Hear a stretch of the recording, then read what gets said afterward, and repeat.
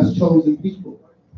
Right? The Hebrew Israelites, the ones that the Father is concerned with, the ones that the Most High said He's going to send His only begotten Son to redeem off of this hellish captivity, this wicked kingdom. As we embark upon our commandments, we embark upon our heritage, coming back to the Lord's statute commandments of the Heavenly Father, we come together, on the Shabbats and on the high holy days and the feast days, and anytime we can, and we build each other up in the spirit, wisdom, knowledge, and understanding, according to as it is written. All things as it is written, huh? So that it says, so shall it be done. The portion for this Shabbat day is Deuteronomy, the 31st chapter 1 through 30. All right, that's the portion for the Shabbat. We're also going to hit the half Torah, and which will be Hosea 14 and 1 to 10, and then Micah 7, 18 to 20, and Joel 2, 15 through 27. All right, so that's going to be the scriptures we're going to cover today during the portion service. Okay. We're going to talk a little bit about the Sabbath. Some questions came up. One question that keeps resurfacing, every so often, is, the Sabbath by moon, or this doctrine of the Sabbath by moon. Right? We're going to touch on it. It's real easy. We're going to look at it real quick, and we're going to determine. Oh, wow, that's exactly what I do. I appreciate you. All right, that's right on time. We're going to put it up on the board too, but Yeah. All right. So, without further ado, let's read Colossians 3, verse 17. The book of Colossians, chapter 3, verse 17. And whatsoever you do in word or deed, do all in the name of Mashiach Yahushua, giving thanks to the Most High and the Father by Him. Right. So all things through word and deed, we give thanks to the Most High or Mashiach Yahushua. Okay. Always giving thanks to the Most High in the name of the Mashiach Yahushua. For this was the instruction given to us by our forefathers. Given to us by the Mashiach Yahushua, and we are to go to the Father in His name. Okay. Let's get Exodus 31, verse 12.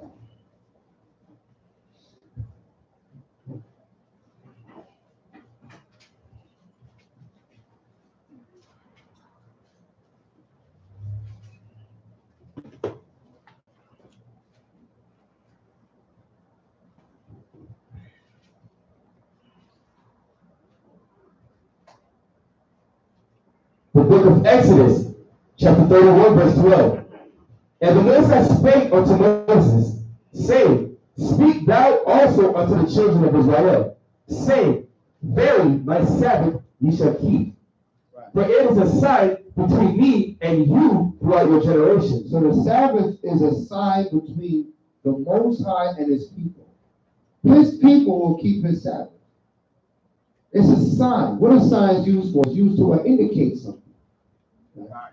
That the children of Israel will wake up in the last days and we will start keeping the Sabbath. All right? That's a sign. All these years we've been what? In the Sunday church, right? Where did that even come from? Going to church on Sunday? Huh? Roman Catholic. It goes even before that. Sun worship. Sun worship. That's where Sunday gets its name Sunday from. It comes from worshiping of the sun. Right? Now, it was adopted by the Catholic Church. But people were already sun worshiping. Right? Making a god out of the sun. Okay.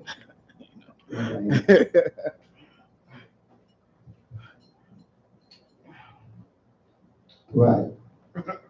Well, the sun god Ra. Yeah. All I come from. All your things. Right. So, in all the gods and the worshiping of idols, I'll get to that in a moment. The worshiping of idols, this is where, even all the days of the week are named after various gods. All right. Only day that's named after the moon is Monday, right? It's named after the moon. They worship the moon also. Anybody ever see like when they have the horror movies and when the full moon comes out? What's supposed to happen when the full moon comes out? Werewolf, or you change into something, right? Because of the full moon, because they worship the moon, they worship the sun. These are all pagan worships. We don't worship the moon and the sun. We use the moon and the sun as the Most High told us to use the moon and the sun. All right, and we're going to get more into that in a moment. But first, let's finish here. Read on. Verily, my Sabbath ye shall keep, for it is a sign between me and you throughout your generation. Come on. That ye may know that I am the Most High that doeth sanctify you. Right. Verse 14. Ye shall keep the Sabbath therefore, for it is holy unto you. Every one that defileth it shall surely be put to death. Everyone that defileth shall surely be put to death. You breaking the Sabbath. You defiling the rules of the Sabbath. What's the rules of the Sabbath? What are you supposed to do or not do on the Sabbath day? Who knows? You're not supposed to work on the Sabbath, right? Right? Give me Exodus 20, verse 6, or 7, 7, verse 8.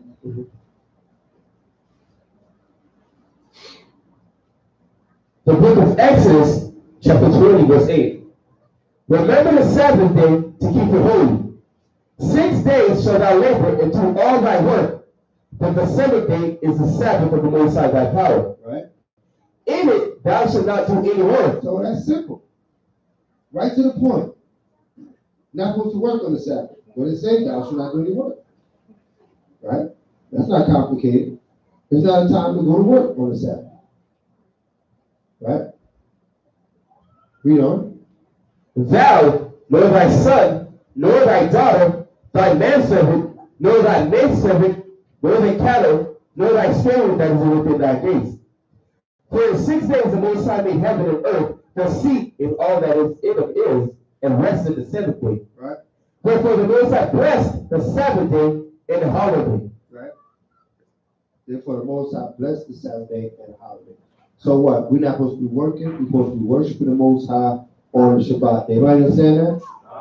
Right? I'm going to go even further. Give me Isaiah 58, verse 13.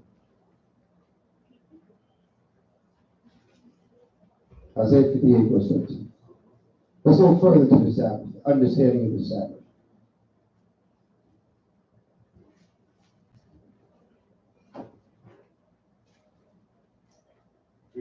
Yeah, come. The book of Isaiah, chapter 58, verse 13. If thou turn away thy foot from the Sabbath, from doing thy pleasure of my holy day, and call the Sabbath a delight. Right, so he said, if you do this, this is a good thing. If you turn away your foot on the Sabbath and call my Sabbath a delight, what does it mean to turn away your foot? What does your foot represent? What does your foot represent? Huh? Your what? Your own ways. Your own direction. Hold that. Let's prove that. Hold that. Give me Ecclesiastes 5 and 1. Ecclesiastes 5.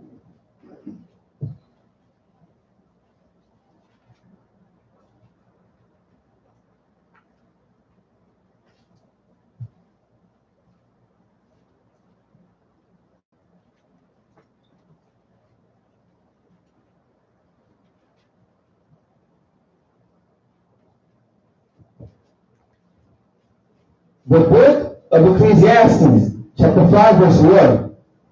Keep thy foot. Keep thy what? Keep thy foot. Keep thy foot. Read on. They talk about your foot again. Read on. When thou goest to the house of the Most High. When you come into the house of the Most High. So what is this talking about? Read on.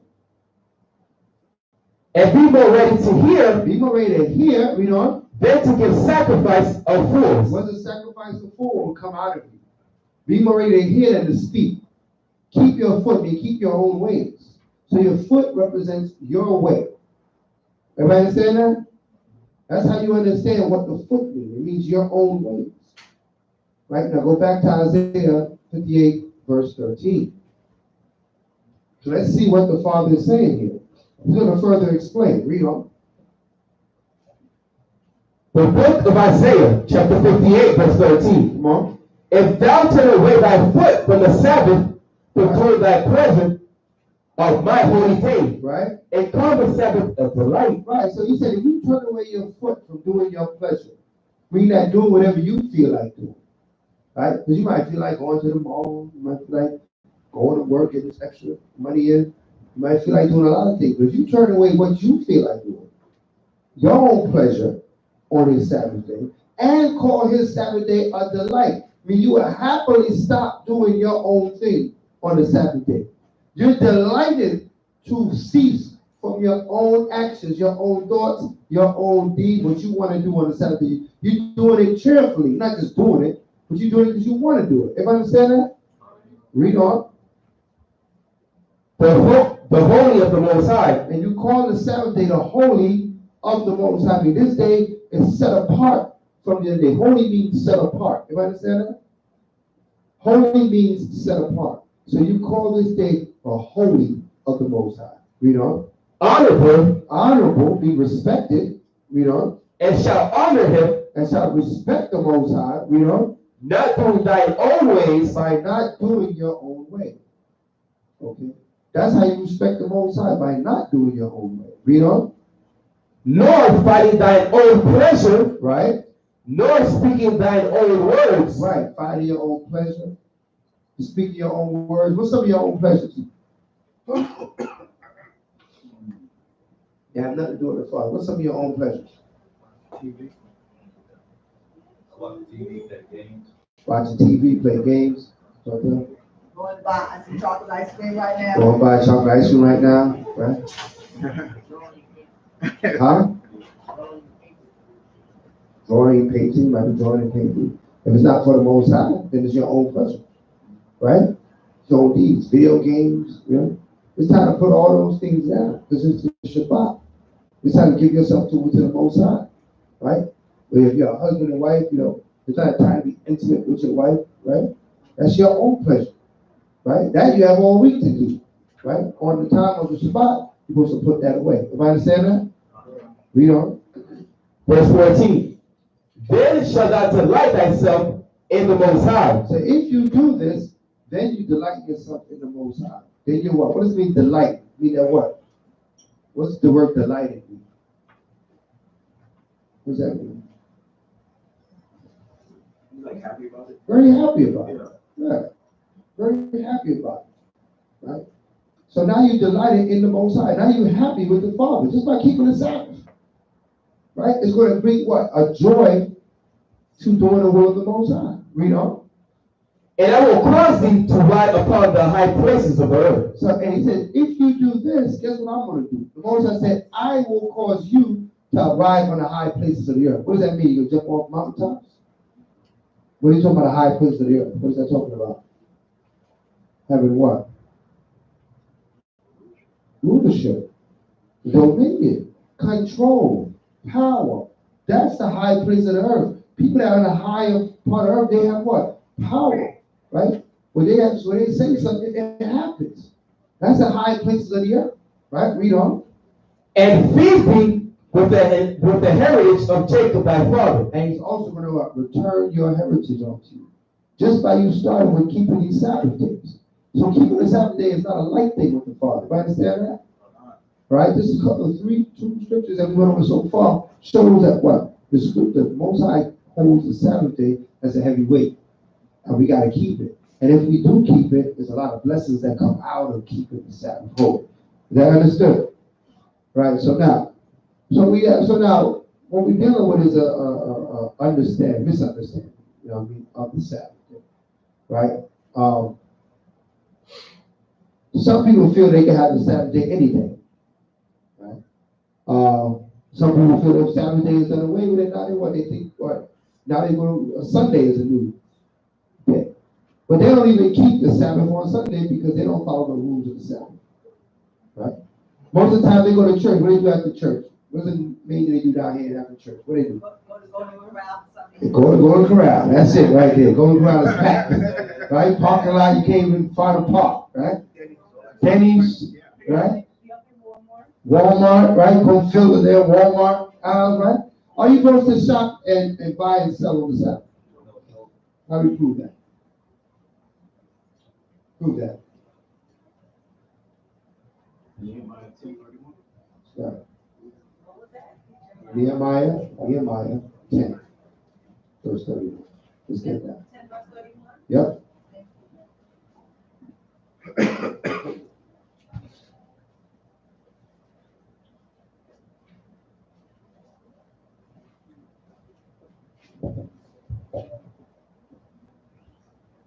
The book of Nehemiah, chapter 10, verse 31. And if the people of the land bring ware, or any victuals on the Sabbath day to sell, Right. that we would not buy it of them on the Sabbath, Right. or on the holy day, Right. Or on the holy day. On the holy days of the Sabbath, we're not going to be buying, shopping. Read on. and that we should leave the seventh year in the exaction of every debt. Also we made ordinances for us to charge ourselves yearly with a third part of a shekel. Right. That's what the Sabbath is, right? So we're not supposed to be buying and selling on the Sabbath day. So another popular thing that happens on Sunday, for those people that keep Sunday, is after church, what does Big Mama cook up? Pork. Right? They have what they call Sunday dinner, right? Or Sunday afternoon. The sun ain't down. They cooking it up all day. They leave from church, go home and cook it up. Are we supposed to cook on the Sabbath day? Let's prove it. Exodus what? All right, Exodus 35. Let's get it.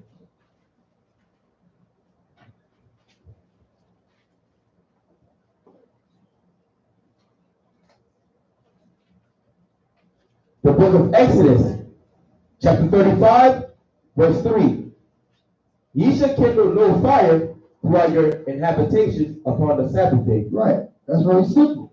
Kindle no fire. How do we know this is fire is talking about for cooking? How do we know that? Look at that scripture. Let's see who's thinking. What my scholars say. How do we know it's talking about cooking?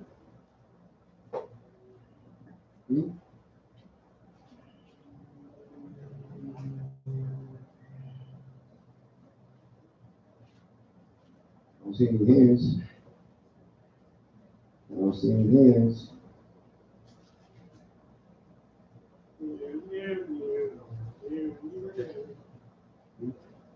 You got it? Yeah.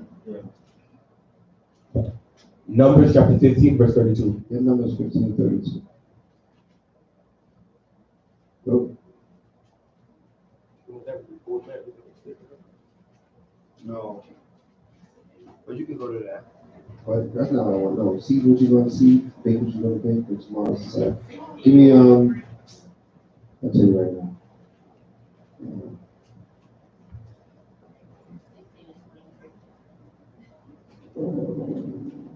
Exodus 16, verse 23. Start with 23. Is that first? 16:23 first, yeah.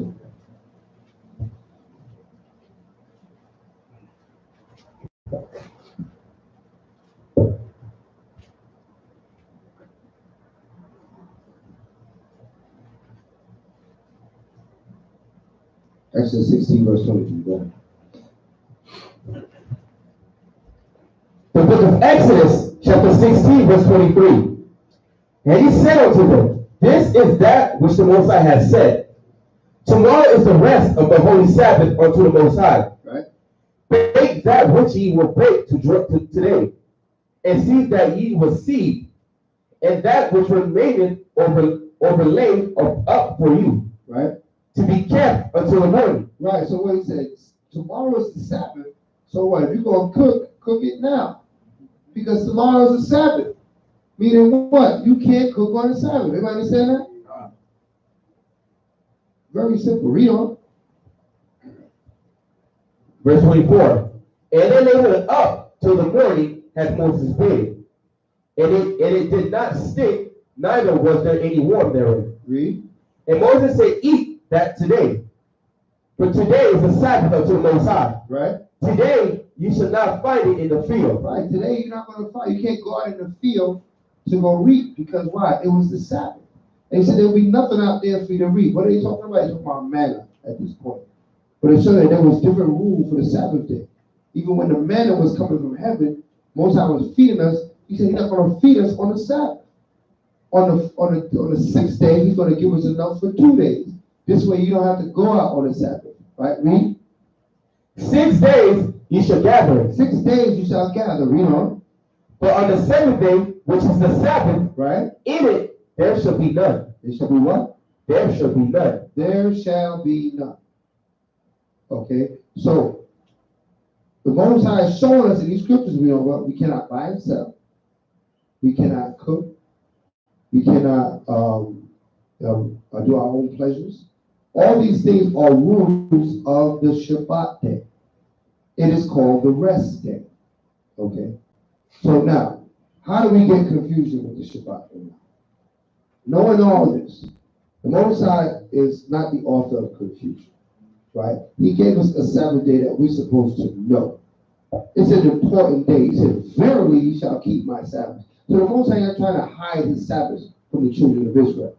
In fact, he put his Sabbath in the forefront. And the whole earth would know when the Sabbath is. Now the earth, the heathens decided what? They're not going to keep this Sabbath.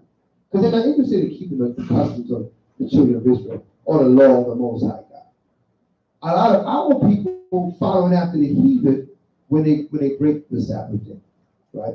Friday sundown to Saturday sundown is a Sabbath. Why is it Friday sundown? What is that significant? What's sundown a significance? The significance of sundown. Every time the sun goes down, it is a new day. Okay, so I was gonna say that for me, sundown is like the equivalent of 12 midnight. That's how I see it. Equivalent of what? Equivalent to 12 midnight the next day. Right. That's how you've been shown it. That's not how you see it. That's how you've been shown. That 12 midnight is now the next day, right? Let's see what the Bible says. Go to Genesis, the first chapter.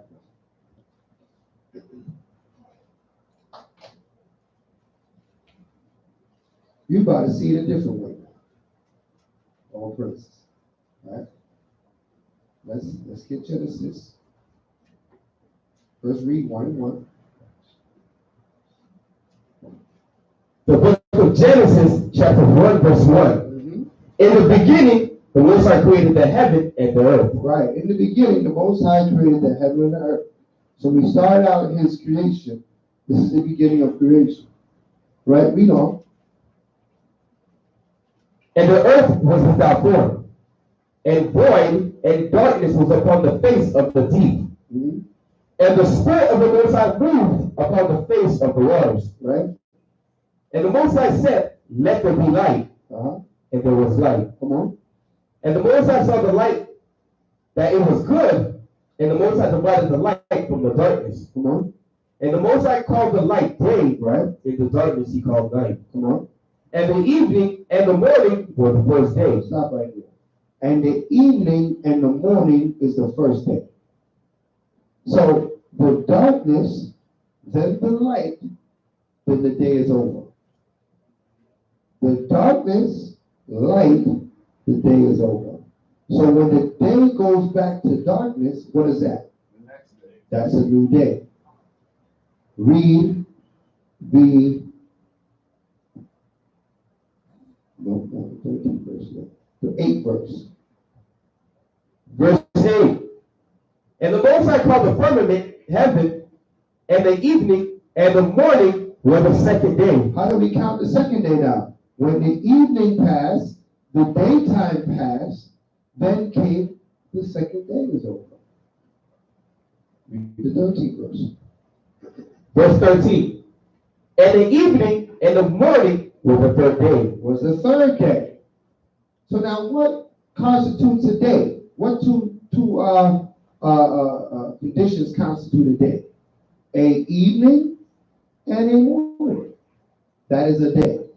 It's not the morning and the evening is the evening and the morning. So the way the system is in this earth, it's backwards. It's even worse than backwards. It's backwards and cut in half and all kinds of things, right? But the evening, when the sun goes down, is the end of one day and the beginning of the next day. Right? Every time you see the sun go down, it's the end of one day and the beginning of the next day. There cannot be an in-between. When one ends, the next one has to begin. Everybody understand that? Because it can't be like an in-between time. Right? Right? So technically, like around, I would say, I'm just gonna call it raw part time. Like around 7 p.m. this evening, technically it's now Sunday. Exactly. It is now the first day of the week. When the sun goes down, one day is ending and another day is beginning. Every time the sun goes down. Okay? That is a natural occurrence. That's the Most High's time. In time past, we used to use something called sundials, right? Because the sun moves as the day goes, right? If you see in the morning time, the sun is out in the east. And as the day goes on, it ends up right above us, and then it sets in the west, right? It does this every day. Why does it do this every day? Why does it rise in the north and set in the south? Because it's to give us a sign. It's to give us what? A time. We can time things. So they made a sundial, and the sundial was able to give you up to the hour, right? According to the sun, where it's positioned. Because every position has a different hour. You will see how that's similar to the moon as well. So when the sun goes down and it finally sets, we know the day is over and the day starts a new day. Okay? Everybody understand that? Right. It's not about when you wake up.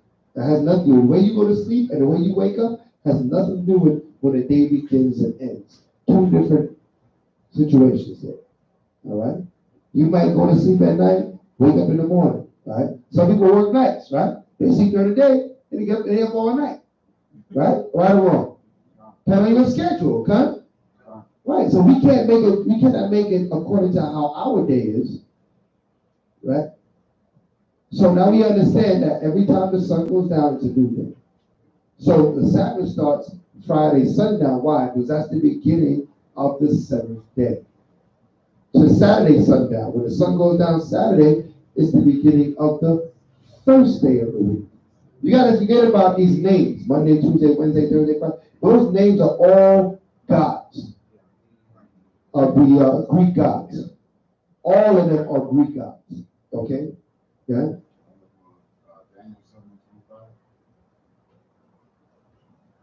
Daniel 7:25. Yeah, we get that. We get that.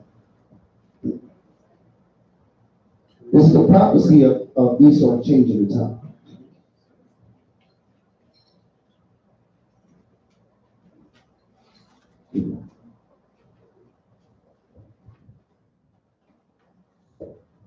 Daniel 7:25.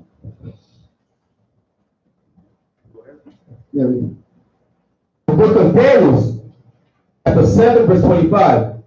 And he shall speak great words against the Most High, and shall wear out the saints of the Most High. Come on.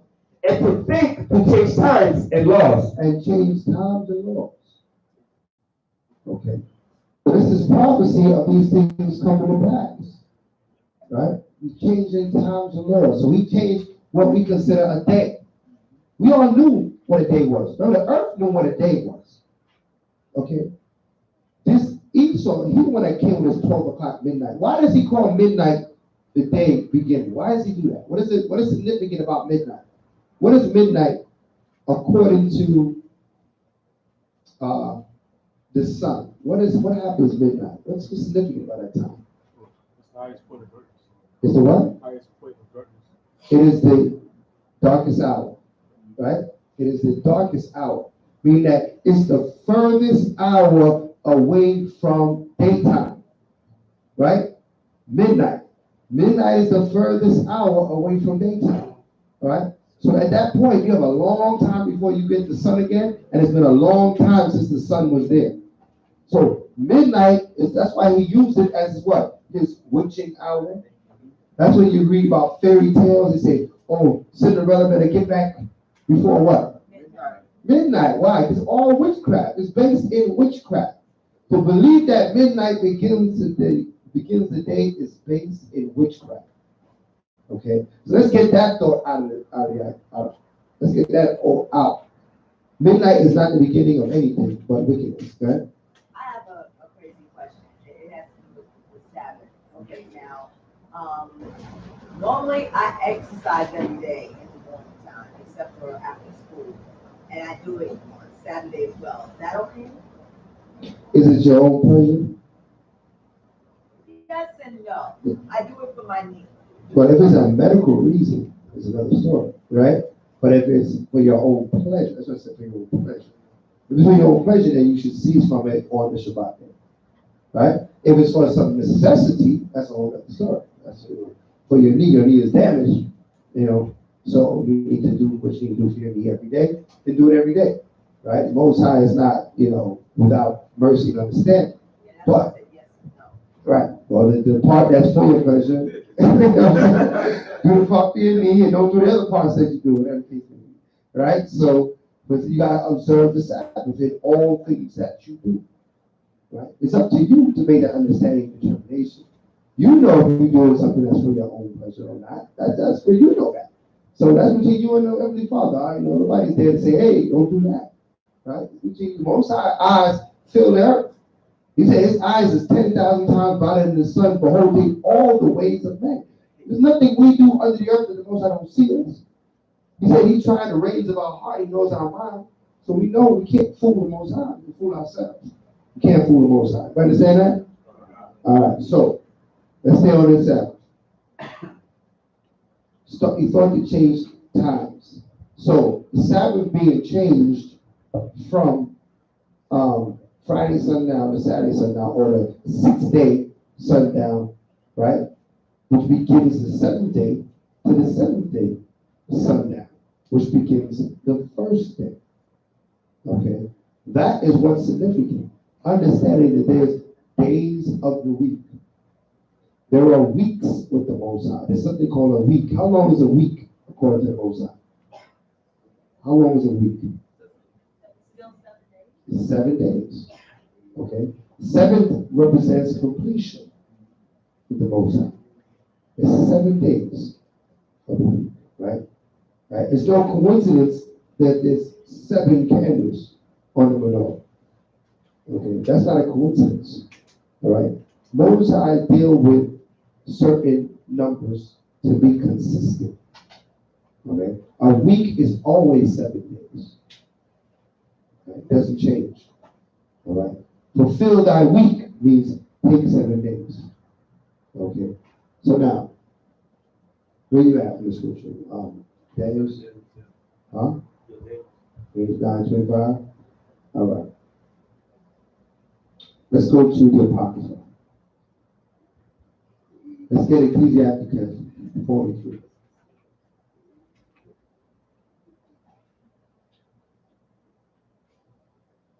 Verse 1.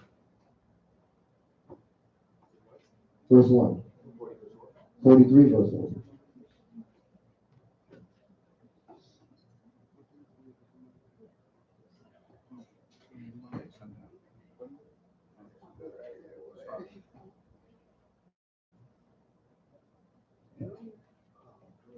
Put this up. The book of Sirach, page 96 in the Apocrypha, chapter 43, verse 1. The pride of the height and the clear firmament, the beauty of heaven, with his glory shew. The sun when it appeareth, declaring at his rising a marvelous instrument. The work of the Most High. At noon it parcheth the country, and who can abate the burning heat thereof? A man blowing a furnace is in the works of heat. But the sun burns the mountains 3 times more, giving out fiery vapors and sending forth bright beams. It dimmeth the eyes. Right? Great is the Most High that made it, Right? and at his commandment it runneth haste. Right. At his commandment it moves. So the Most High's commandment controls the sun. it always does the same course, because at his commandment, that's how the sun moves. The sun can stop it. Most High can stop the sun. How do we know that? He did that what? In a time of what? We coming out of Egypt, right? He held back the sun. There was no daytime. Kept it night. He has control of the sun. All right? So now, we have here. I'm going to read that. Or everybody can see it and read it together. But it says the origin of Sunday worship, right? In the 2nd century, the Church of Rome lacked what? Judicational authority to impose a novel universal change of Sabbath rest from the 7th day to the 1st, or obtain universal Sunday worship had it been introduced after the Christian church had spread throughout the known world. So the changing of the Sabbath day, it was changed from the 7th day to the 1st day by the churches. So the churches keeping Sunday worship is a sign telling you when the Sabbath is, right? Because they changed it from the 7th day to the 1st day. So if you were looking for the 1st day, you would look at what day they're doing it and say, well, they're doing it on the 1st day, so it had to be the day before that, which was the 7th day, which is what? The Sabbath day, right? In Old English, in Old Latin, this day, Saturday is called what in Spanish? Sabbath, right? Why is it called Sabbath? Because it was always known that it was what? The rest day, the Sabbath day. It was always the Sabbath day. How do you say 7 in Hebrew? Who knows the Hebrew? Who knows Hebrew? Who knows how to count in Hebrew? Well, Hebrew Israelite, this is Hebrew Israelite congregation, right? Shabbai is 7. Shabbai is 7. When you're counting, right? Shabbai is the word 7. It's not a coincidence that Shabbai 7 and Shabbat is the same prefix to the word, same root word. It's one of the root words of the Shabbat, Shabbai, which means 7. It has to be on the 7th day. Okay? Everybody understand that? All right. So now, let's look at a calendar. Let's take away another idea. Now, some might say, oh, the Sabbath according to the moon, right? Well, what day of the week the Sabbath? What day does the Sabbath fall on? The what day? The 7th day. So now, let's look at a calendar. Even though. Give me September. I'm looking at 2017. Last year, It should be 18 in there. You got 18 in? Yeah. But you know, Doesn't matter when it moon was is. created, or the moon was established on the 4th day. We'll get there. Let's deal with this idea. Yeah, just keep going. It should be you in September 17th, but it goes 18.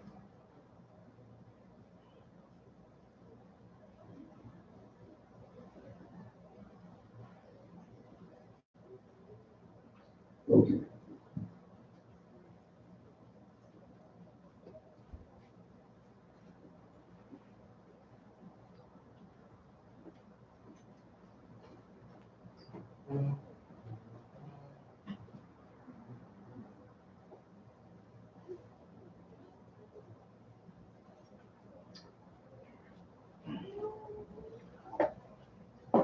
Give me 2017. Give me 17. I'll explain to you why I'm using that month. Give me September 2017. With the new moon. One. Let's see if the Sabbath could be determined by the moon. Let's see if this can happen. You got the moon phase? Okay, on the 20th, right? According to that, it says the 20th is a new moon, right? Kurt, everybody see that? Everybody see that, Kurt? Can you see it? You can't see it. You can't see the bottom. You can't see it? Well, right here it says the 20th is the new moon. That's the black circle. It doesn't see any moon. That means that's the new moon. So the 20th is the new moon. Let's count, right? So now, if we were doing the Sabbath by the moon, let's see what would happen. Let's count, okay? 21 would be 1, right? Yeah. 1, 2, 3, 4, 5, 6, 7. So the next week it will be on Wednesday.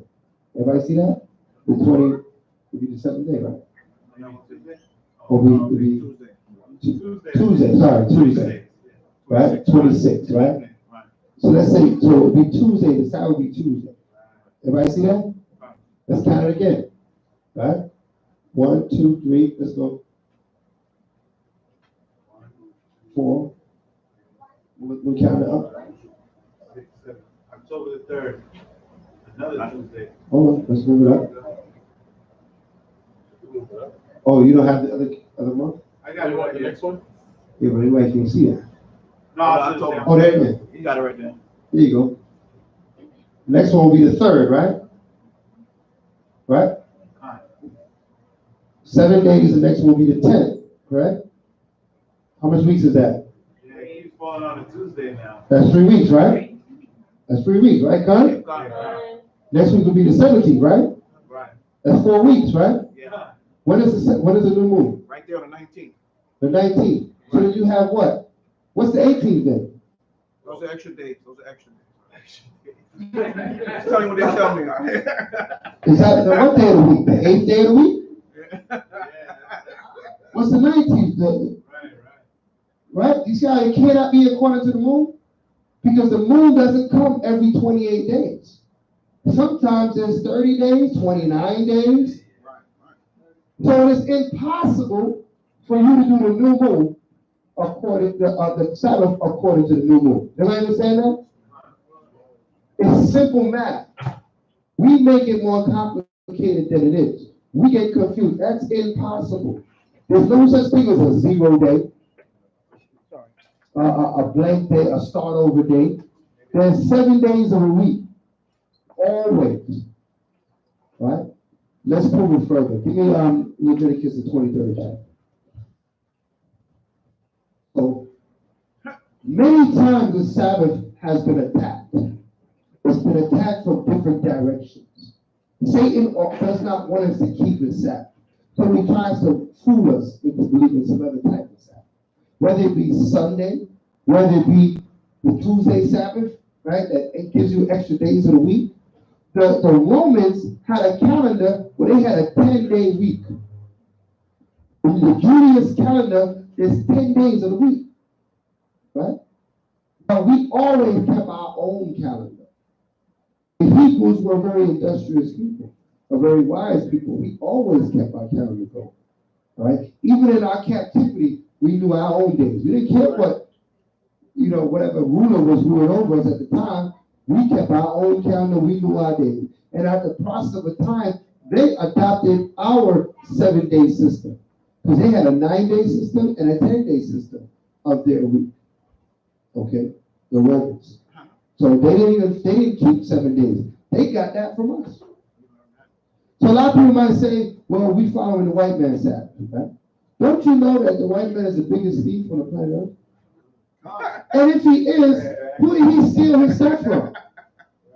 Why all of a sudden, if he knows something is his Sabbath or his new moon, he got our records. That's how he knows about the new moon and making a 7-day week. His scholars didn't come up with a 7-day week. That's right. His scholars came up with an 8th day. Well, I'm sorry, a 9th and a 10th day. Look at the history. Called the Julius calendar. Look it up. Right? It doesn't have 7 days. Okay. It's like that law system is built off of our The system of the Jews, right? We had captains and had set up and had a hierarchy set up. We got that from us. Okay? So not because something is in the possession, if something is in the possession of a thief, how can you believe that he created it? He don't create. He steals, right? So if he steal everything, he stole our records. We knew when the new moon was. We knew when the Sabbath was. Okay.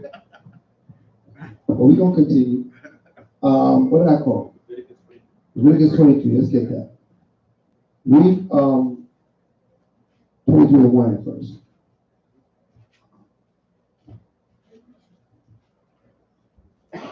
So that debunks that whole idea anyway. It's already destroyed with a simple calendar. But let's destroy it first. Right? Let's get that whole idea out, root it out of you.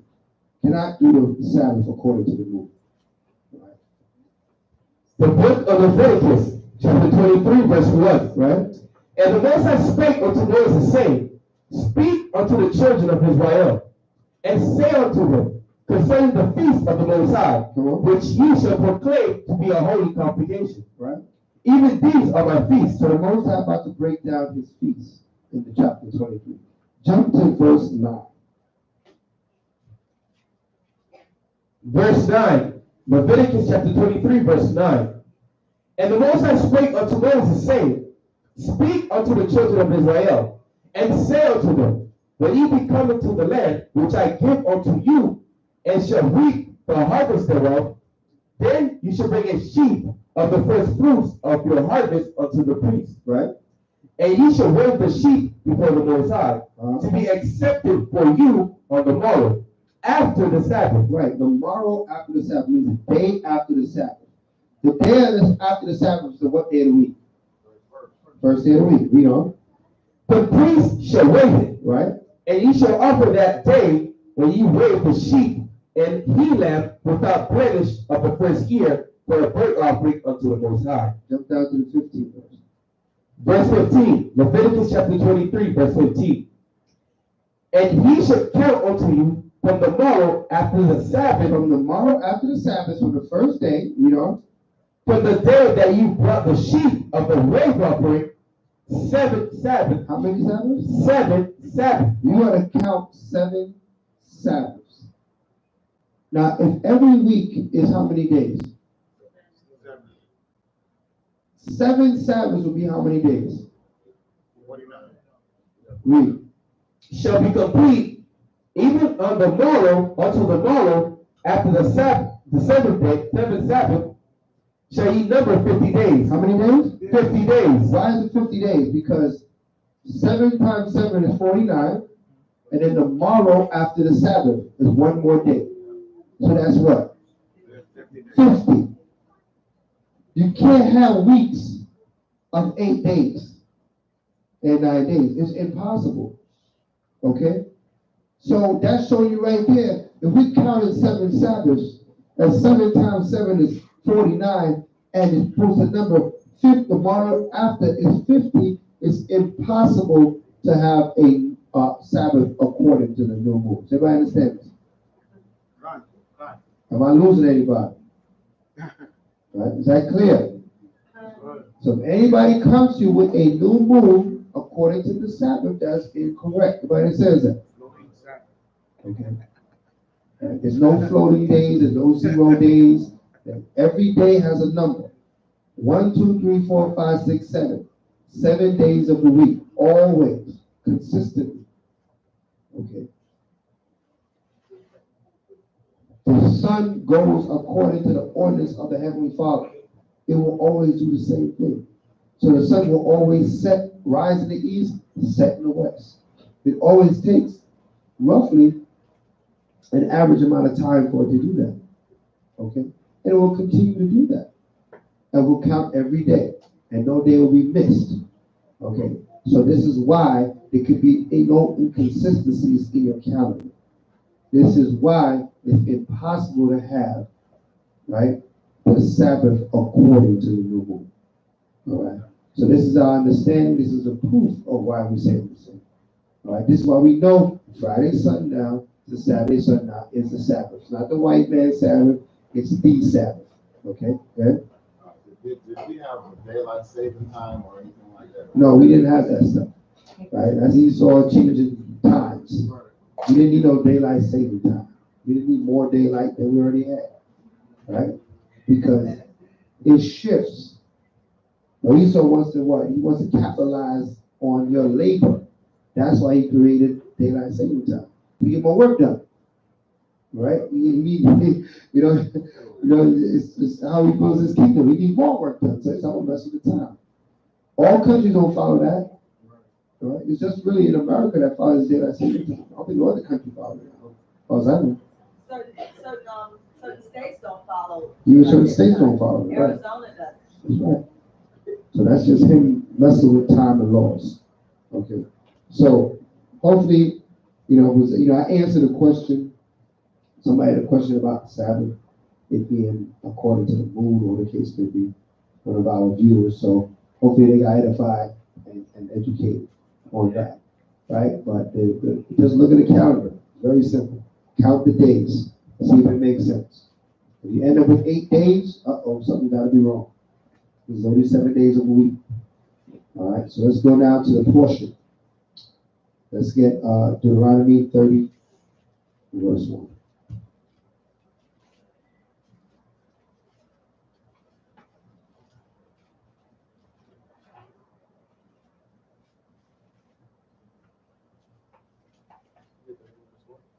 Verse 1, sorry.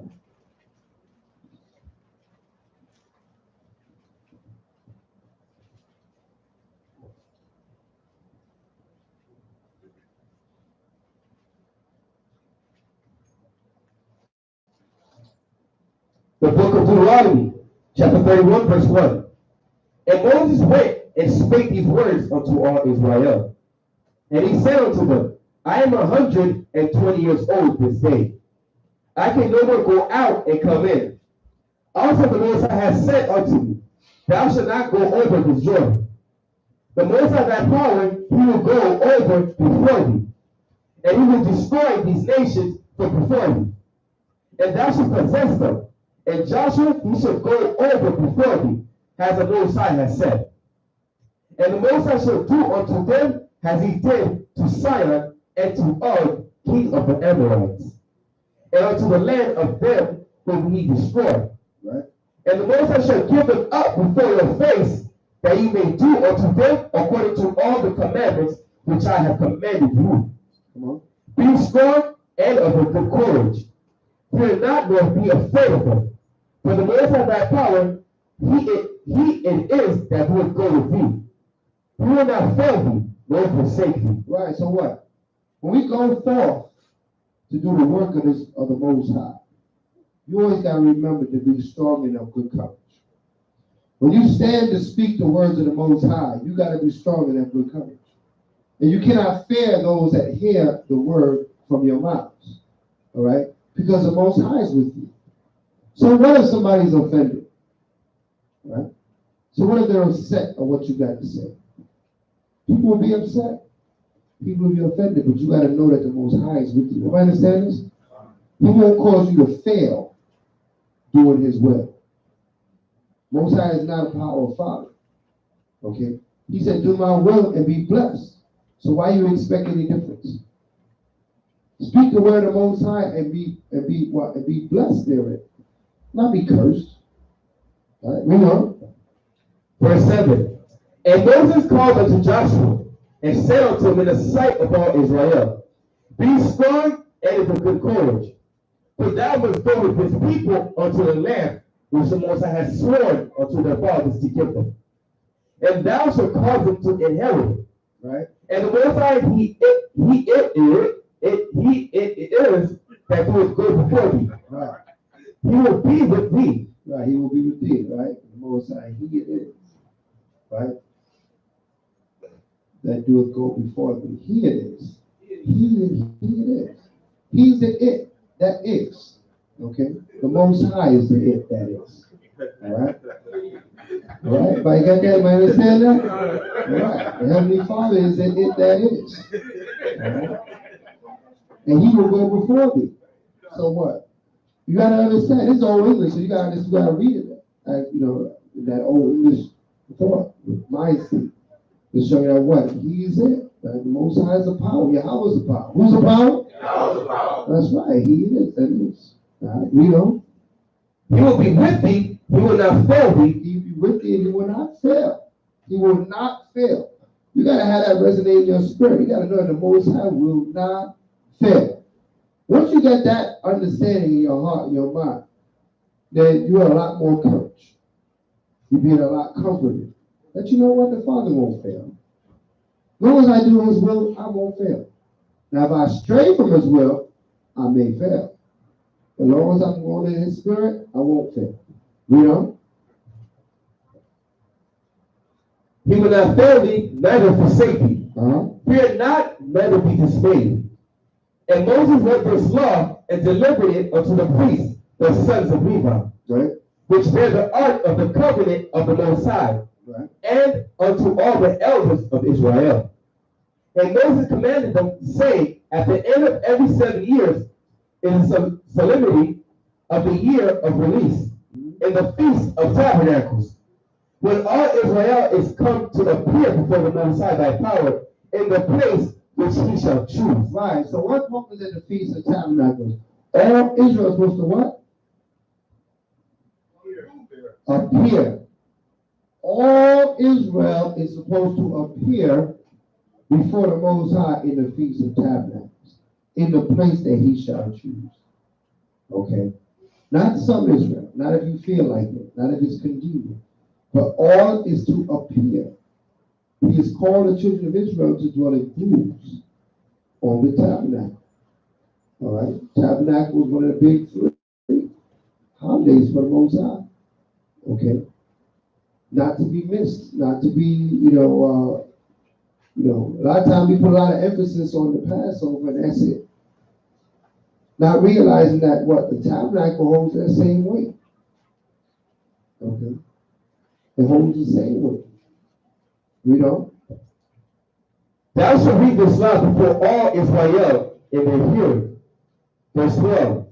Gather the people together, men and women and children, and the stranger that is within thy gates, that they may hear and that they may learn and fear the Most High your power, and observe to do all the words of this law, and that their children which have not known anything may hear and learn to fear the Most High your power, as long as he lived in the land where we go over Jordan to possess it.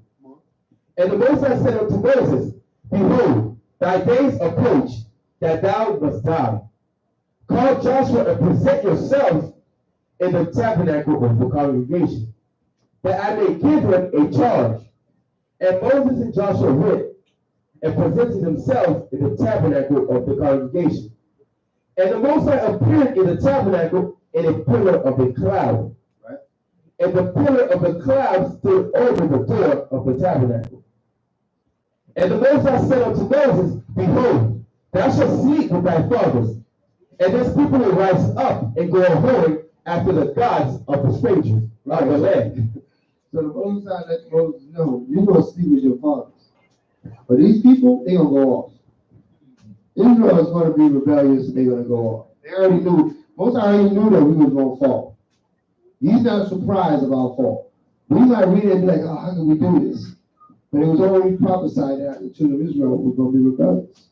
Okay, Where did they go to be among them, and will forsake me, and break my covenant which I had made with them?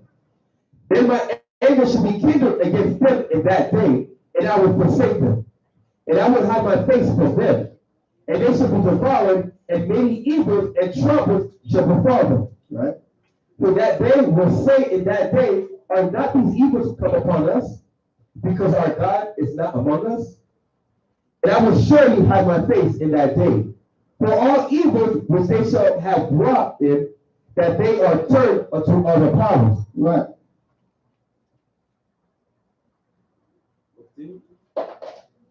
Now therefore write ye this song for you, and teach it the children of Israel. Put it in their mouth, that this song may be a witness for me against the children of Israel. Right, so we have to teach our children. When everybody's wondering why are we in the condition we're in, it's because our sin separates us from our God. All right, give me Isaiah 31 and 2. 59 and 2. All right, give me Isaiah 59 verse 2. Our sin separates us from our God. That's the dividing factor. Okay. That's why we're in the condition. That's why we first fire, last high. That's why we don't shoot unarmed. Right? That's why we inherit the ghettos and the slums through the four corners of the earth. Right? Not just here in America. We inherit ghettos and slums everywhere. Why is that we're the majority that's incarcerated in the prison, the so-called blacks and Hispanics? It's not a coincidence. Because without our God, we don't have any power. We're not going to prosper as a nation in wickedness. Other nations can prosper in evil. Most High don't have that for us. You might see the white man, you might see the Chinese man do all this wickedness, call on Buddha and everything under the sun. They got governments and Air Force and Marines and all, they got the Army, the Navy, all these riches, land, everything. And you're like, man, how'd they get all this? Right? You might look at what they do. That's not what they do, it's who they are. Right? It's who they are. They're the heathen. This is what they're supposed to get. This is their time. When it's your time to reap, they won't have a stake in your kingdom. All right? Read that. The book of Isaiah, chapter 59, verse 1. Behold, the Most High hand is not shortened, right, that it cannot save, right? Neither is ear heavy, that it cannot hear. Come on. But your iniquities have separated between you and your power. Come on. And your sins right, have hid his face from you. And our sins here hid his face from us. Our iniquity separated from our Father. That's why we don't have the strength to stand up against our enemies. That's why we don't have our armies and our king and our establishment. But if we keep the law, statutes, commandments, we start to rebuild. Right? We know? That he will not hear. Right? For your hands are defiled with blood. Right. You can't raise filthy hands to the Most High. Everybody understand that? You go to pray with those filthy hands, he ain't trying to hear you. Yes, he's merciful, but we got to take his mercy for granted. We have to do our part. The mercy he gives us is the ability to what? Repent. That's the mercy we need. But we repent, we get right, then what? He's going to bless us, man. You know? And your fingers with iniquity. Your lips have spoken lies. Come on. Your tongue has muttered perverseness. Come on. None calleth for justice. Read. Nor any pleadeth for truth. Right. They trust in vanity and speak lies. Right. They conceive mischief and bring forth iniquity. Read. They hatch cockatrice eggs and weave the spider's web. Read on. He that eateth of their eggs dieth. Man. And that which is crushed breaketh out into a viper. The Most High be cursing us out in metaphor. Right? You talk about our evils and our wickedness, he got to go to spiders and eggs and all kinds of stuff. Right? Saying that, well, that's how deep our evil goes. That's how we know we got to reprogram from a deep place. We got to reprogram our very thought. Give our actions. You got to reprogram your very thought. Where's your thought coming from? Then your actions will change. Right? Moshe. I'll go to my place. I'll go to that. Give me Jeremiah 5 and 25.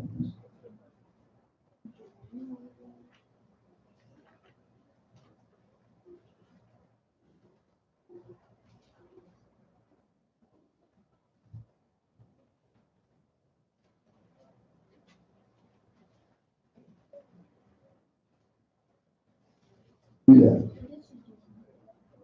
The book of Jeremiah, chapter 5, verse 25. Your iniquities have turned away these things, and your sins have withholded good things from you. Right. So why? We want to know why we don't get the good things. You know what I mean? Why we don't? Why we not increased? As a body, as a people. They see that this truth is out. This truth is evident, but still our people are running back to churches. Right? How many people have you spoken to? You showed them this word. You showed them more scripture that it took to convince you, and they still ain't convinced. Right? You were convinced on half of those scriptures. You done gave extra time in this thing, right? And they still looking at you like, well, I'm just going to the pastor. The pastor said. Right? You got to realize that what? We're a stiff-necked, rebellious-hearted people. Right? The Most High is going to do some population control when it comes to Israel. And those of us that have hardened our hearts to his word and will not hear, they will not receive. Right? They will receive the curses written in the book. But those of us that will hear will receive the blessings. It's up to you. You choose. Scripture says, stretch forth thy hand and whether thou wilt. Right? What are you going to do? Are you going to keep the commandments or what? You can't play both sides. Okay. Can't serve two masters. Everybody understand that? You can say you will love one and despise the other. Right? All right, actually that population control is what caught my attention because recently I've been reading up on listening to the news in regards to upcoming World War III and the nuclear weapons, and I read up on those nuclear bombs. Nuclear bombs are no joke, and I know God is supposed to deliver us from that. I'm just wondering how. I don't know. Because give me Psalms 91. I read up on the bomb. Even the outer layer of the bomb has thermal radiation that can literally burn the skin off. I read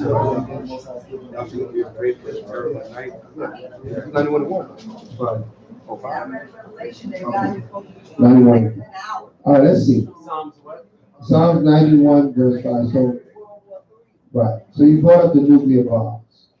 When I said there's going to be population control in Israel, I'm talking about this by the hand of the Father. He's going to get rid of some Israelites. All right? I figured he was going to do that. He might use bombs. Not only that, though. Not only that. There's still going to be some other purging out that has to happen after that. But we're going to read about that. Read that. The book of Psalms, chapter 91, verse 5.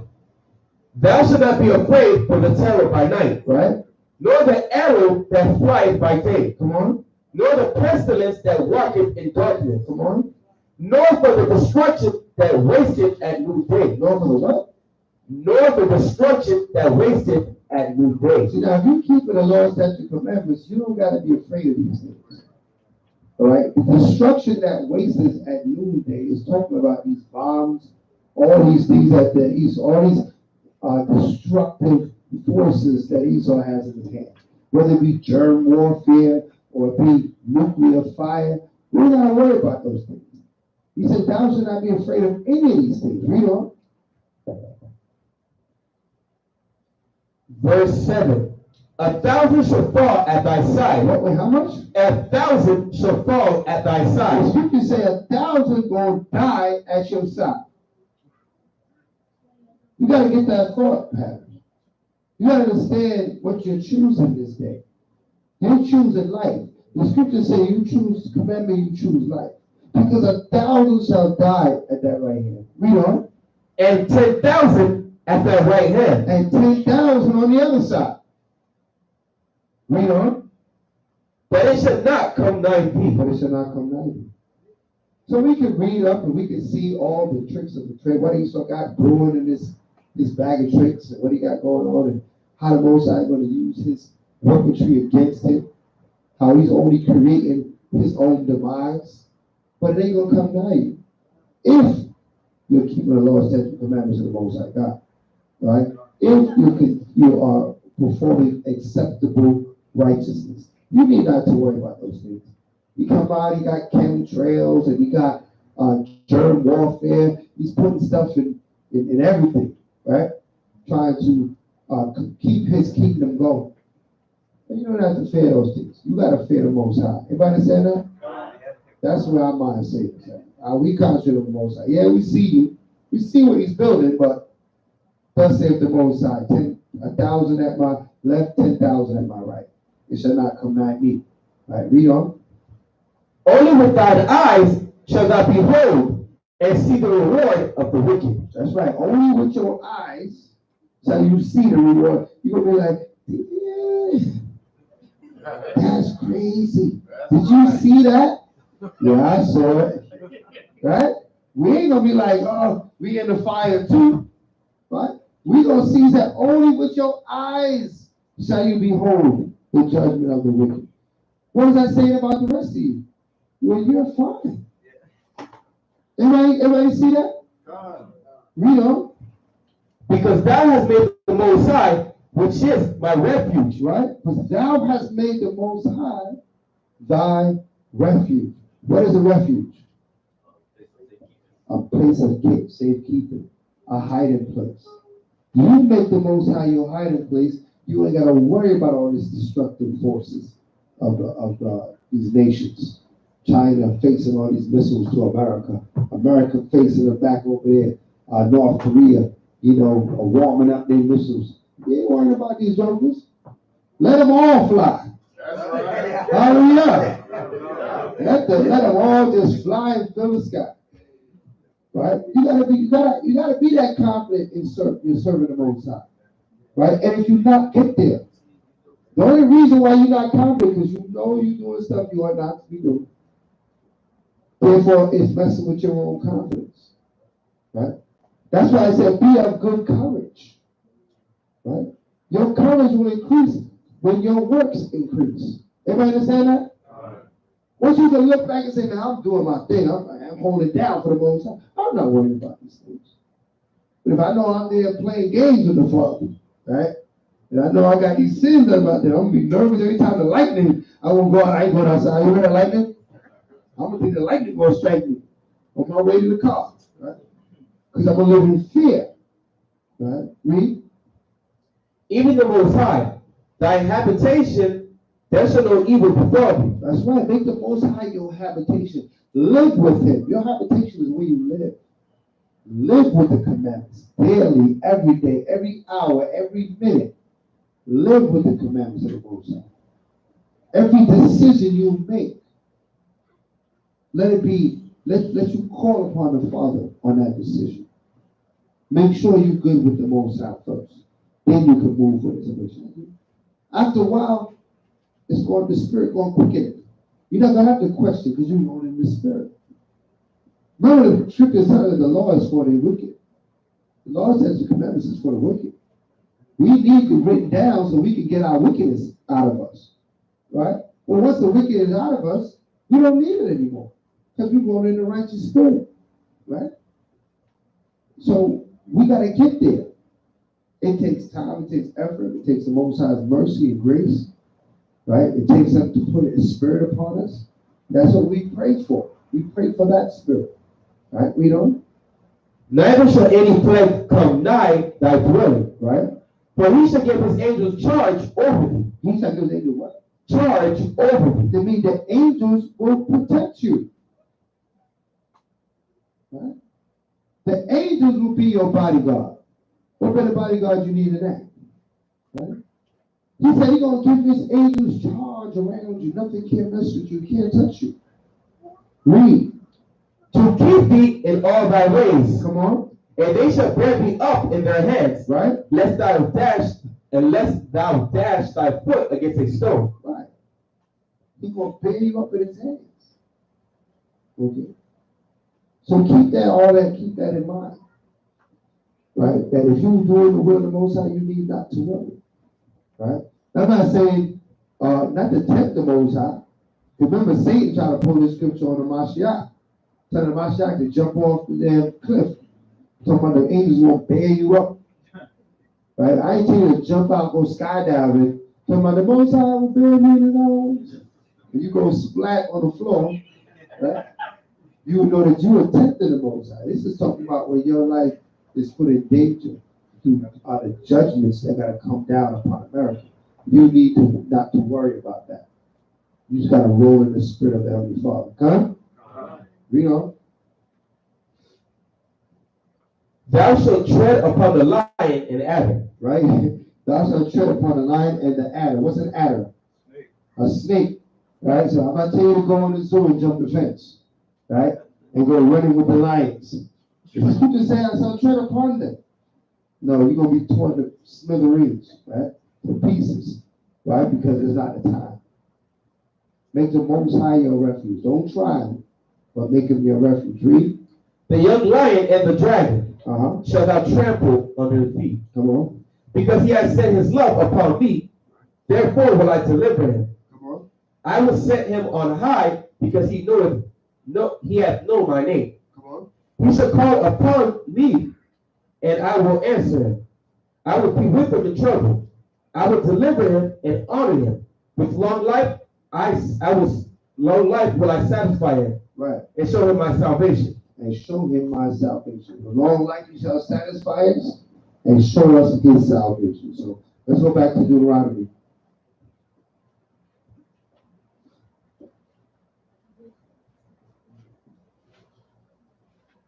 Oh yeah. Verse 20. Huh? Verse 20. Verse 20.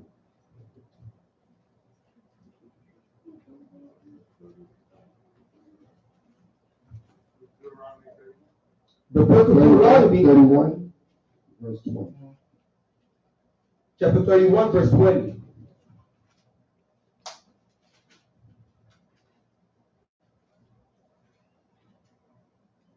But when I shall have brought them into the land which I swore unto their fathers, that floweth with milk and honey, they shall have eaten and filled themselves, and waxen fat.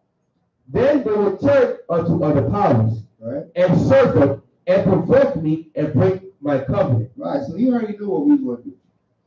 After we start, everything is good.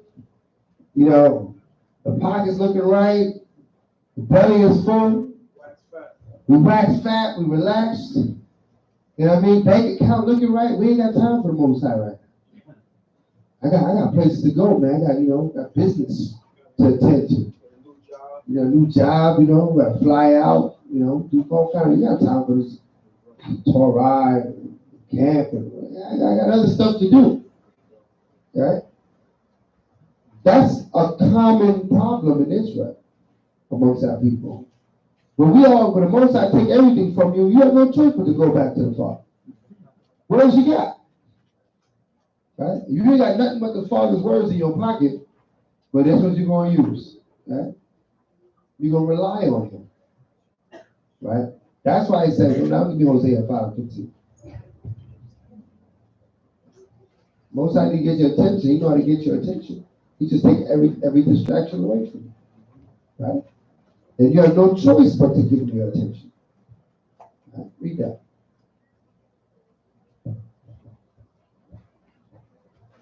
The book of Hosea, chapter 5, verse 15.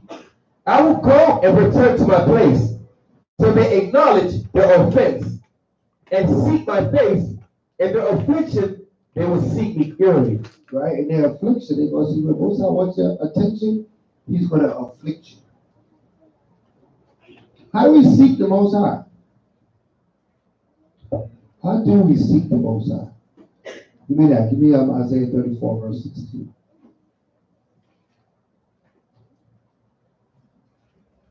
Let's see how we seek Him. Because they say in our affliction, we're going to seek Him. When times is rough, we're going to look for Him. But where we need to look for Him at? Read. The book of Isaiah, chapter 34, verse 16. Seek ye out of the book of the Most High, and read. We got to seek the Most High out of the book. Read the book. Read your Bible. Get with those that are reading the Bible. Open up the scripture and get understanding and instruction according to the commandment. Read on. No one of these shall fail. Nothing in these scriptures will fail you. Read on. None shall want her mate. You can't match any book up to this book. Read on. For my mouth it hath commanded. Because this directly came from the Most High. It's what's written in the Bible. Read on. And his spirit it hath gathered them. And His Spirit gathered all these books together.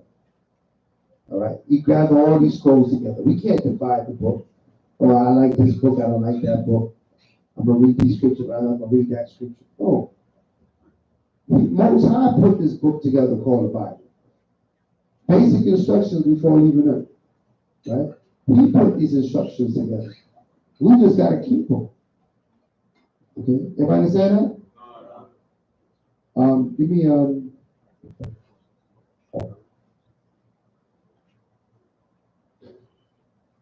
Psalms 40%.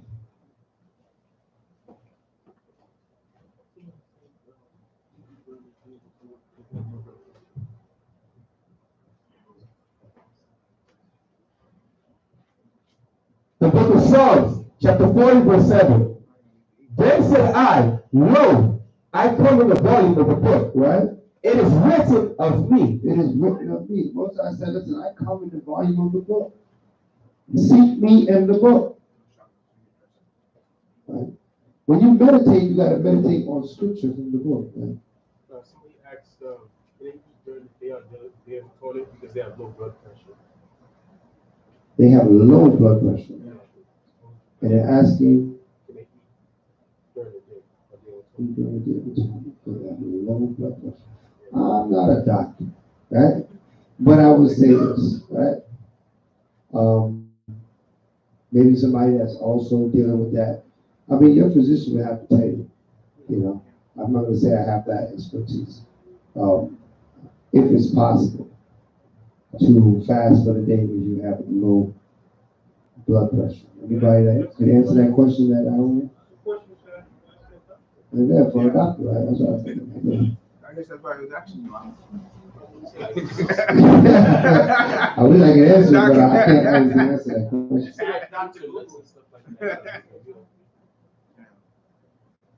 Probably ask the doctor.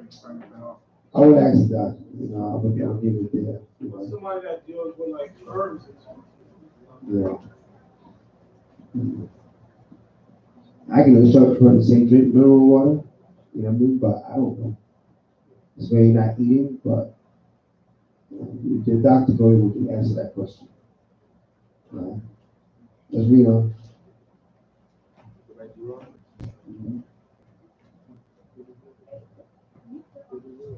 The book of Deuteronomy, chapter 31, verse 21. And it shall come to pass, when many evils and troubles are befalling them, that this song shall testify against them as a witness. So this song going to testify against who? Against us. As a witness. And the Most High told us so. And you know we're going to be, you know our heart, you know our minds. And as soon as we good and we got what we need, we're going to forget about him. You got to make sure that's not you though. Right? You got to make sure, check yourself. That's not you. You know what? I'm not going to forget about the Father. If he increase, I'm going to increase towards him. Right? That's the mentality you got to have. The more he increase me, the more I'm going to increase my work. Right? The more he bless me, the more I'm going to bless his name. Right? So you will never forget about the Most High.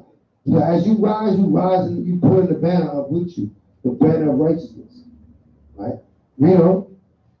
For it shall not be forgotten out of the mouths of their seed. Come on. For I know their imagination, which they go about, even now before I have brought them into the land which I swore. Right. Moses said, I know their imagination. Right? Their imagination. That's what usually is our greatest enemy. Our own imagination. Right? What we think. Right? Give me 1 Corinthians 5, 10 and 5. Casting out all imaginations. Everything that exalts itself against the Most High. 2 Corinthians. 2 Corinthians. That's it. Yeah. 2 Corinthians 10 and 5.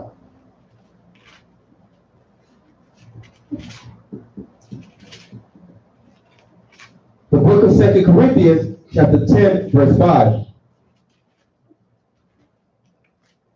Casting down imaginations and every high thing that exalted itself against the knowledge of the Most High. Right, so we got to do away with this imagination when it comes to the Most High. Do not fill in the blanks with your own imagination. Either you know or you don't know. Right? But if you say, well, I don't know, but let me think. It's not going to get zapped into your brain. What's going to happen is you're going to start to imagine things. And your imagination is what? Is contrary to the will of the Most High. Your mind is not the mind of the Most High. You understand that? You realize that? Give me Isaiah 55 and verse 8.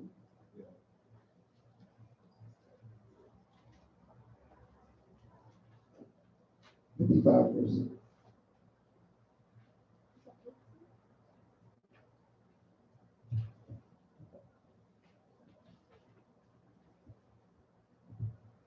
The book of Isaiah, chapter 55, verse 8.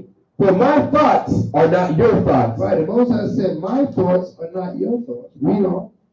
Neither are your ways my ways. Come on. Say it the Most High. Say it the Most High. Come on. For as the heavens are higher than the earth, right? So are my ways higher than your ways. Right, so what? The Most High got instruction for you. You can't dream this stuff up. The guidance you're going to get from the Bible, you can't make it up. I don't care how long you meditate. Okay. I don't care how high a mountain you went on and how much ganja you smoked. You will still not come up with what the Father's instructed you to do. Okay? There's only one place we can get that, right here in these scriptures. Right? With a sober mind. Okay. His way is higher than our ways. Read on.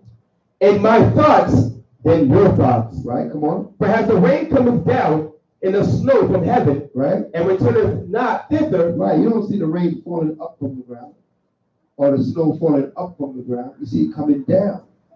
And when it comes down, what does it do? Read on. But watereth the earth. It waters the earth. Read on. And making it bring forth making forth and bud, right? That it may give seed to the sower, right? And bread to the eater. Right. So what? It nourishes us. If there's no rain, guess what? There's no what? There ain't no food, right? Most I stop the rain long enough, we gonna starve. Because the rain gotta come down, water the plants, right? So you can grow the crops, you can eat the crops, or the animal eat the crops, you can eat the animal. But if the rain don't come down and you don't get the crops, guess what? The whole system, the whole ecosystem is thrown. Right? We will starve. Okay? So the Most High said, that's how his wisdom is. It's like how the rain comes down. It comes down and it gives us a benefit. We can't correct the Most High. We can't say, well, the Most High should have put that in the scripture. Right? Or let me fill in the blanks with my imagination. But the Most High didn't speak about this. So let me add to the word. The scripture says you add anything to the word, you're going to add the plagues onto you. If you take anything out of the word, he's going to take your name out of the book of the law, the book of life, actually. So we cannot add or take away from the Bible. So is that what Esau's currently trying to do with the Bible now that the truth is spreading? He's trying to alter the Bible? I'm just asking. I'm not sure what is he trying to do. What is he trying to do? I don't know. I don't keep tabs on it, right? Whatever he's doing is some sort of wickedness, some sort of evil, right? I get what he's doing now. We know our opponent. It's good to know your opponent because you know he can't trick you. But the scriptures told us the main thing, we don't trust anything that he does. Okay. Isaiah 29:16.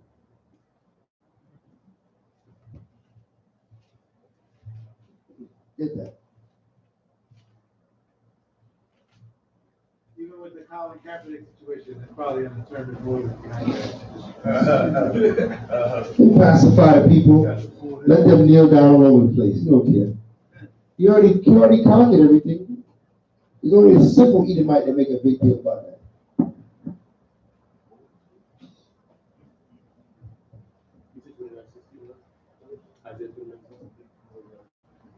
The book of Isaiah, chapter 29, verse 16.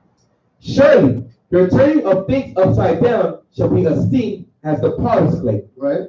For shall the work say of him that made it, right, he made me not? Right.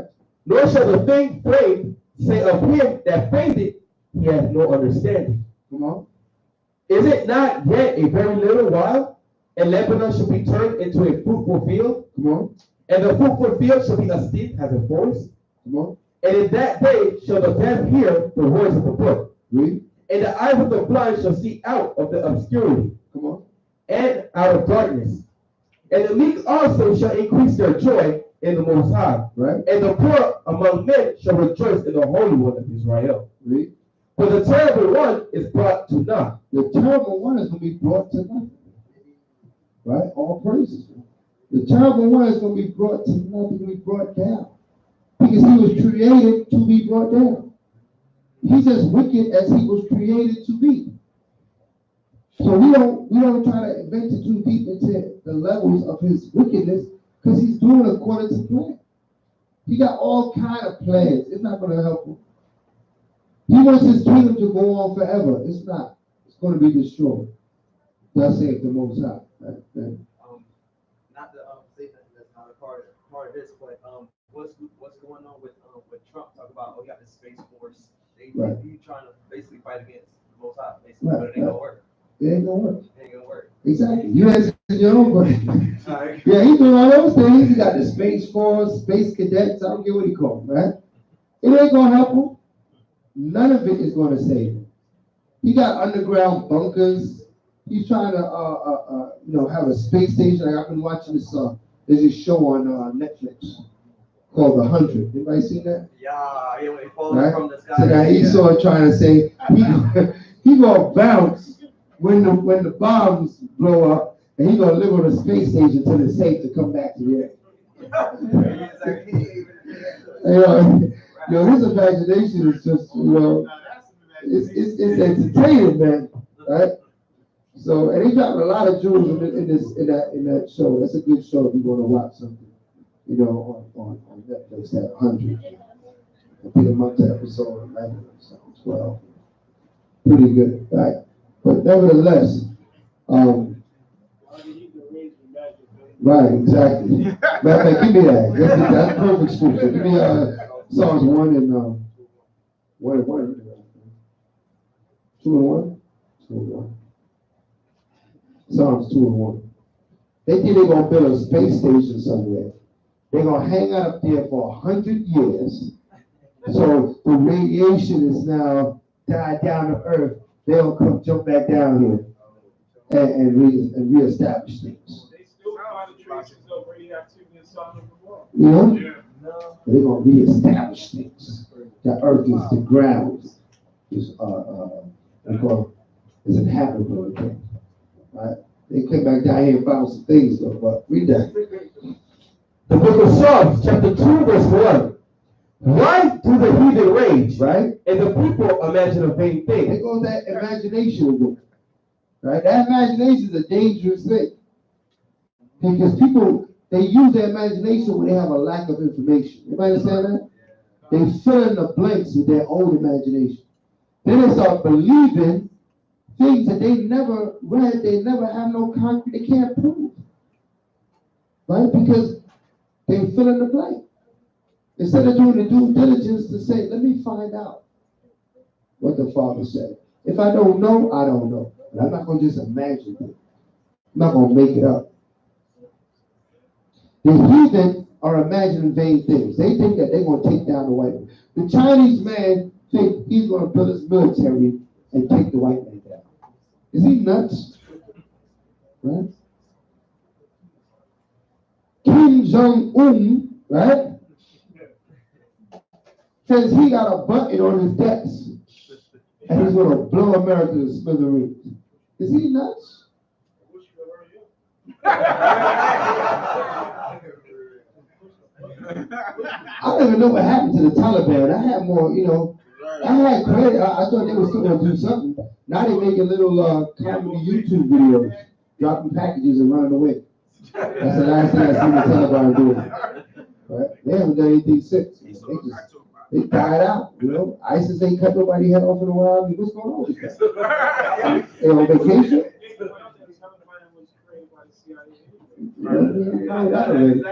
At least keep it going. They were quite entertaining. Yeah, keep us distracted. I figure, that just shows you that Esau, he creates all this madness. Because he make it, have everybody concentrating on ISIS, and next he's, He created his next terrorist. Who's the next one? He got his eyes on the Hebrew like. No, we're not that interested. I mean, most of us, we still struggling to keep the 10 Commandments. We're not worried about that. When we start keeping some commandments for real, then we're going to be like, oh man, they really, we struggling with 10, huh? Right? By the mercy of the Most High. But he did say he's going to set us in order in the midst of it. He said he's going to set us, in order, right in the midst of our oppressor, right in the midst of our heathen. And that's what he's doing. That cat, Orlando Brown from Disney. Orlando Brown. Okay, yeah. So they call you they're stealing.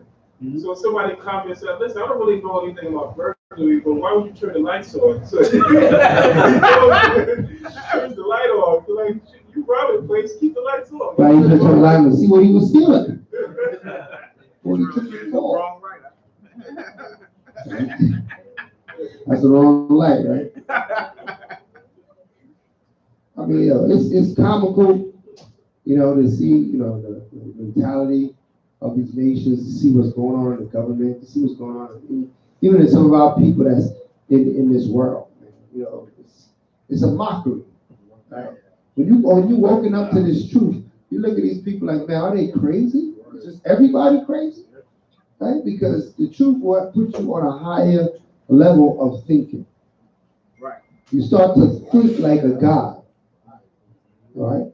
That's what you're thinking like. When you think through scripture, you start to think like a God. Because you were created to be gods. You were created to be powers. Okay? Give me Psalms, let's prove that. 82, verse 5 and verse 6. Psalms 82, verse 6. You put it on a new mind. When you put these scriptures in your mind, you're not thinking like everybody else. You're not in a rat race. Worried about just the next meal or how you gonna get a part of the rock. The rock is sinking. Right? This nation's like the Titanic. Man. You want to buy a ticket? To get on the Titanic, and you know it's gonna. You know how this trip is gonna end. Right? Read that. The book of Psalms, chapter 82, verse 6. I have said, ye are gods. Ye are what? Ye are gods. Ye are gods. Read on. And all of you are the children of the Most High. Who's the children of the Most High? That's the children of Israel. Right? Read on. But you shall die like men. But because of our sin, we die like these nations. Right? Just like them. We die, trying to get ahead of this kingdom, trying to get a part of a piece of the pie. Right? The wrong pie. Right? The American pie. Right? Read on. And fall like one of the princes. And you fall like one of the princes. What's the princes? These different nations that rise up. All these kingdoms that rise up, they all fall.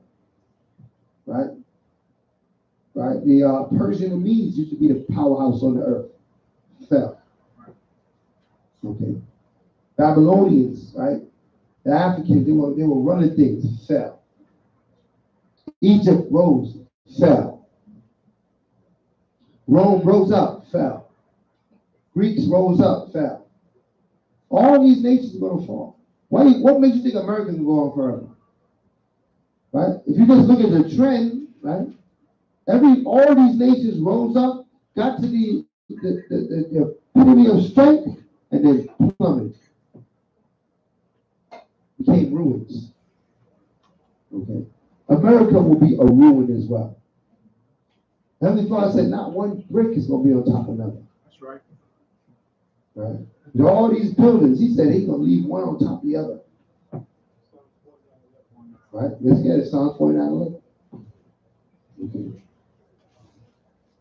The threatening of the Most High is fierce, man. Scripture say he had terrible power. Okay.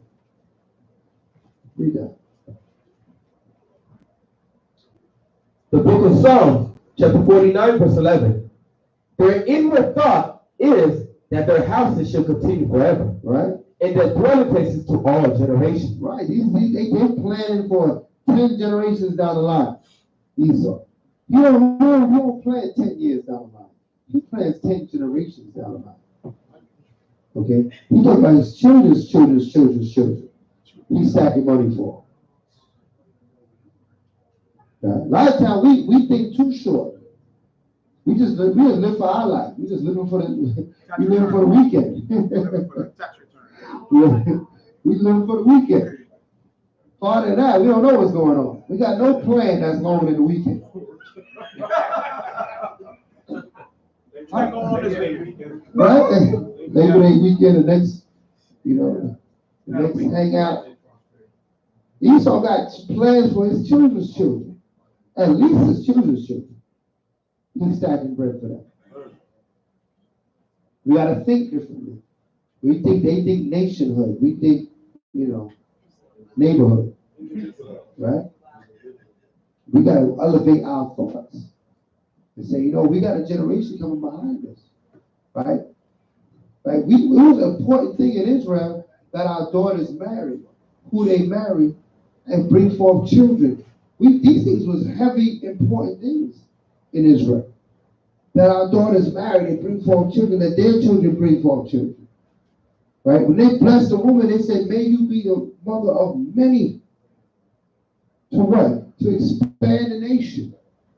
That was always the thought. To build the kingdom. You got to read these verses. Look at their mindset of what they're saying. Right?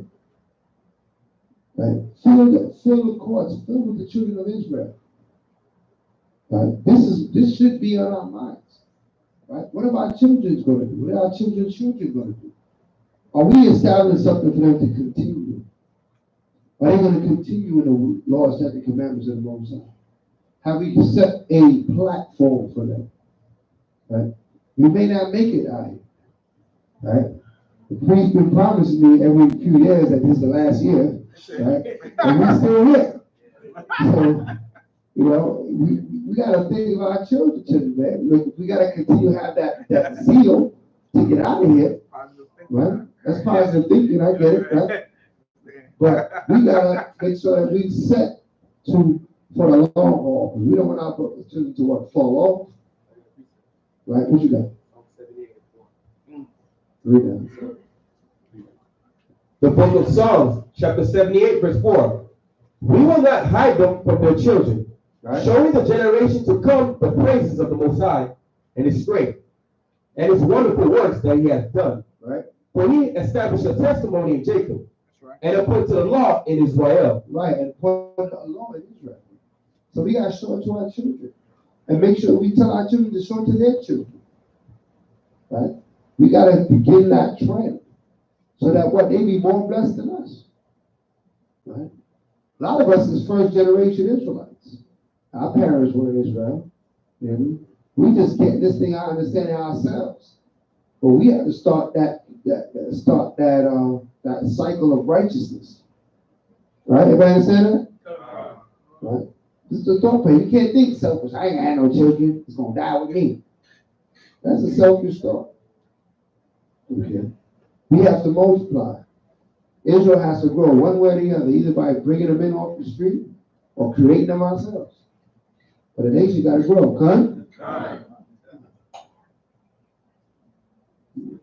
What's going on, Roger? You got to have another one? Okay, all right. I'm just asking. You're never too old. You're never too old. All right, read it.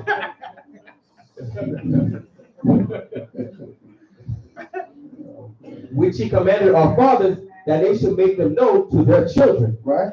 That the generation to come might know them, even the children which shall be born, who should arise and declare them to their children. Right, who rise and declare them to their children. So keep it going. What the scripture is telling us, tell it to our children, to tell it to their children. That's what the scripture is telling us to do. All right, we don't? That they might set their hope in the Most High, and not forget the works of the Most High, but keep his commandments. Right, not forget the works, but keep the commandments. Right? This is what we aspire. That not only we keep the commandments all our days, our children do the same, and their children do the same. And if they think the same way, well, that's 6 generations now, bro, being covered. Okay, we gotta set this. We gotta sacrifice. And really, all we sacrificing is sin. That's all we really sacrificing, because we don't got none in this kingdom. This is not your land. It's not your time. It's not the fruit of our. We sacrificing sin. How bad is that? Give it up. Okay, just give it up. Right? We don't. And might not be as their fathers, a stubborn and rebellious generation. Right, we don't want them to be like us. A stubborn and rebellious generation. Let's go back to Deuteronomy.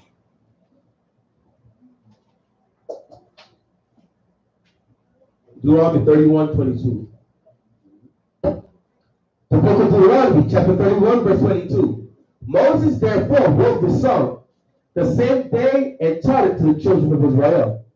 And he gave Joshua, the son of Nun, a charge, and said, be strong and of a good courage. For thou shalt bring the children of Israel into the land which I swore unto them, and I will be with thee. And it came to pass, when Moses had made an end of writing the words of this law in a book until they were finished, that Moses commanded the Levites, which bear the ark of the covenant, saying, take this book of the law and put it in the side of the ark of the covenant of the Most High your power, Right? and it may be therefore a witness against thee. For I know thy rebellion and thy stiff neck. Behold, I am yet alive with you this day.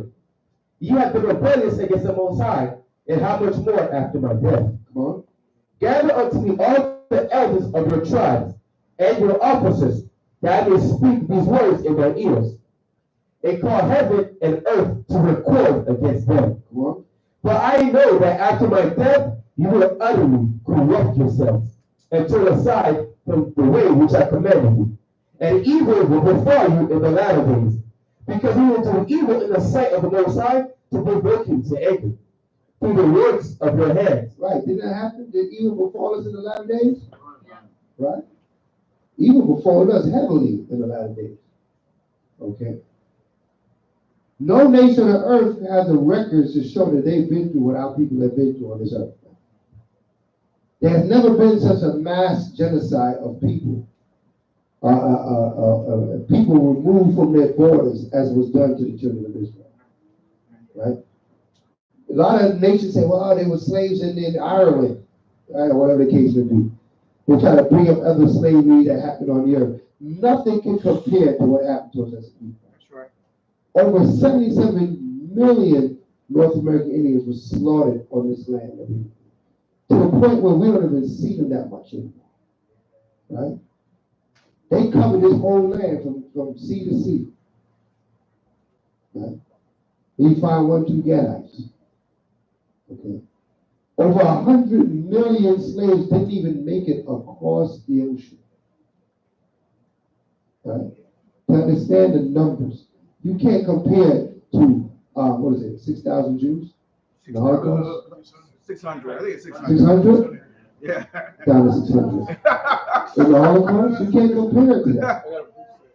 Right? Go ahead.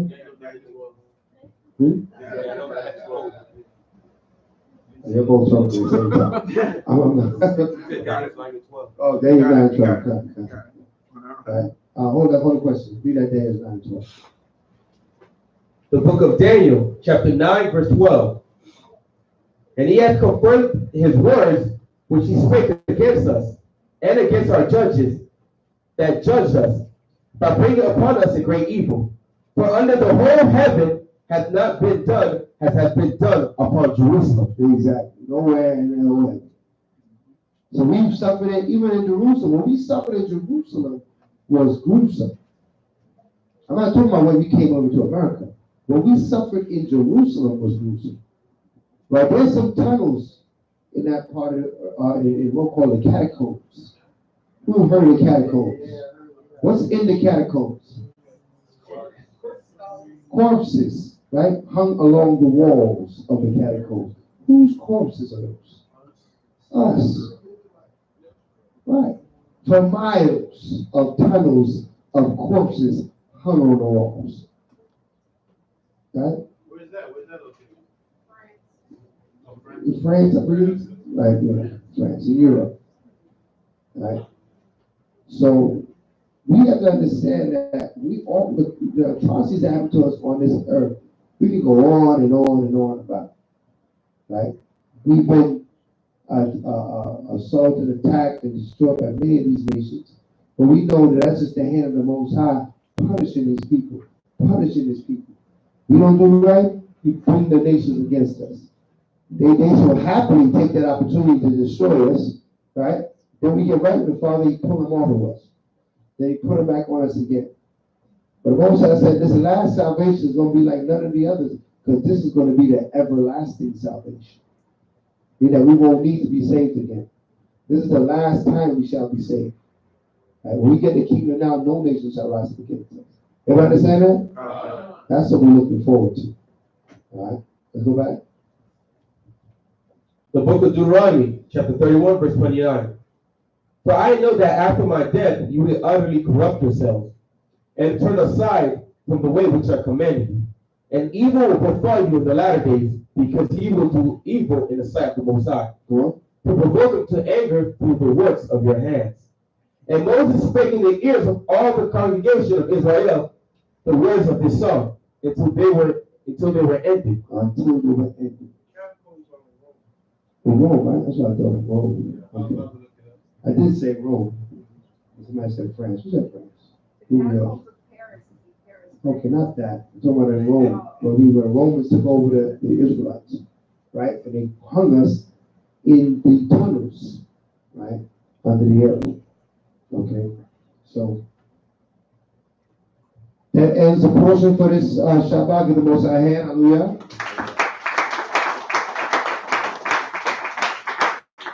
It's 3 o'clock at this point, so at the time we take the break. I believe Mike Otto was supposed to be reminding me to do something, right? Kind of slow on the trigger right now. Maybe he fell asleep in the box. There he goes. Huh? You got what? Got what? He got it straight. You got what? He had it straightened out. You got it straight out already? Okay, hallelujah. Hallelujah. All right, so that's taken care of. All right, all praises. So we're going to take a break at this moment. If you have lunch, you can have a lunch. You can stretch your legs, walk around for about a half an hour, 40 minutes or so, and then we're going to go into some other things and then wrap up the Shabbat. All right, hallelujah? All right, so.